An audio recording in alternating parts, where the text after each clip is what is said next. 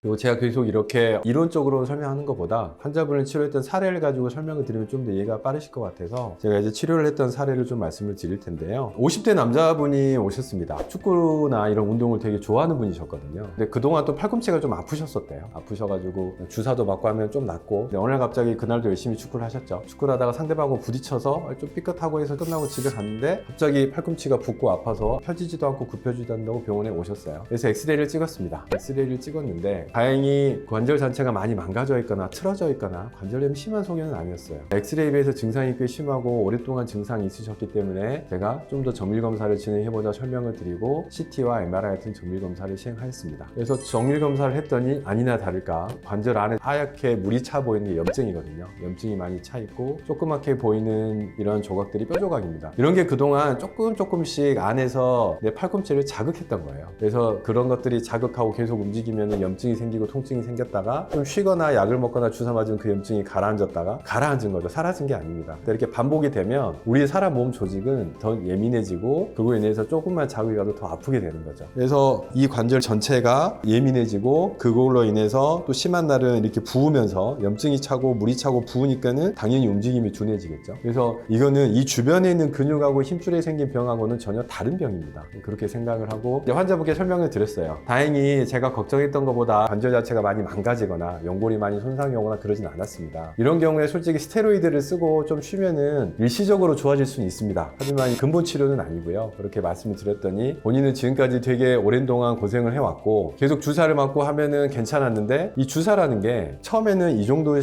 효과를 보이면 그 다음에는 이 효과 기간이 대부분 짧아집니다. 본인이 체감하는 효과 정도도 떨어지고요. 그래서 이 기회에 제가 조금 더 근본적인 치료를 해보고 싶다 그러셔서 저와 상의를 한 후에 수술을 진행을 하게 되었습니다. 수술은 당연히 내시경으로 진행하게 되었고요. 관절 안에 마취를 하고 관절 안에다가 얇은 내시경을 집어넣고 안에 염증을 제거하고 뼈 조각도 제거하는 그런 수술을 시행하였습니다. 간단히 수술 사진은 제가 첨부를 해서 보여드릴 거고요. 다행히 수술이 잘 끝났고요. 여전히 지금도 좋아하시는 축구를 열심히 하고 계십니다. 경험이 쌓이다 보면 환자분들이 가장 궁금하시는 게 이런 거예요. 쌤 이거 하면 좋아져요? 저 이제 다시는 안 아픈가요? 그러지 않습니다. 아껴 쓰셔야 돼요. 관리가 중요합니다. 제가 항상 말씀드리는 게 새 걸로 바꾸는 게 아닙니다. 현재 증상이 심하기 때문에 제가 한번 청소를 해드리고 다시 문제가 생기지 않게 좀 더 문제가 될 만한 조직들을 없애고 깨끗이 청소를 해드린 겁니다. 집 청소를 했다고 해서 다시 집이 지저분해지지 않는다 그건 아니죠. 또 아껴 써야지 집도 관리가 잘 되지 않습니까? 그렇게 생각을 하셔야 되고요. 이번에 수술이 잘 됐으니까 난 이제 맘 놓고 써도 돼 그러다가 나중에 더 나이가 드시고 무리하다 보면 관절염이 더 심해져서 인공관절까지 갈 수 있으니까 항상 관리해 주셔야 되고요.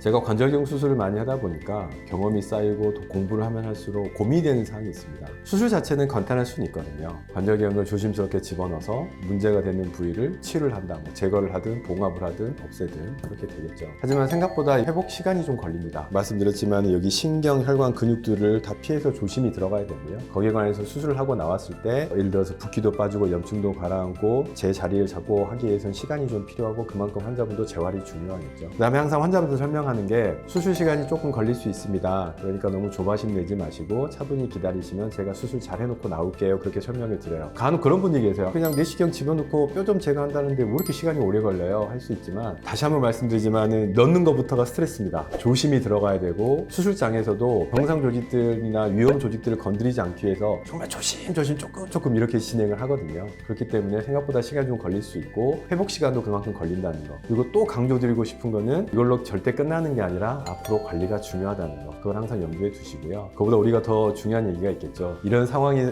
발생하지 않도록 평소에 관리도 하시고 무리하지 않고 힘내서 좋겠습니다. 관절염은 골프 엘보, 테니스 엘보보다는 흔하진 않습니다. 하지만은 이게 병이 진행을 해버리면 정말 치료가 힘들거든요. 그렇기 때문에 항상 팔꿈치가 아플 때 내가 무조건 엘보가 아닐 수가 있겠구나 항상 염두에 두시고 조금 이상하고 좀 쉬고 있는데도 안 좋아지면 항상 병원에 오셔서 전문의하고 상의를 하셔서 제가 걱정하는 일, 환자분이 걱정하는 일이 벌어지지 않도록 미리미리 챙기셨으면 좋겠습니다. 오늘도 제가 설명드린 거 좀 어려운 내용일 수 있는데 잘 들어주셔서 감사하고요. 다음에는 좀 더 환자분들한테 도움이 되는 내용을 가지고 다시 찾아오도록 하겠습니다. 감사합니다.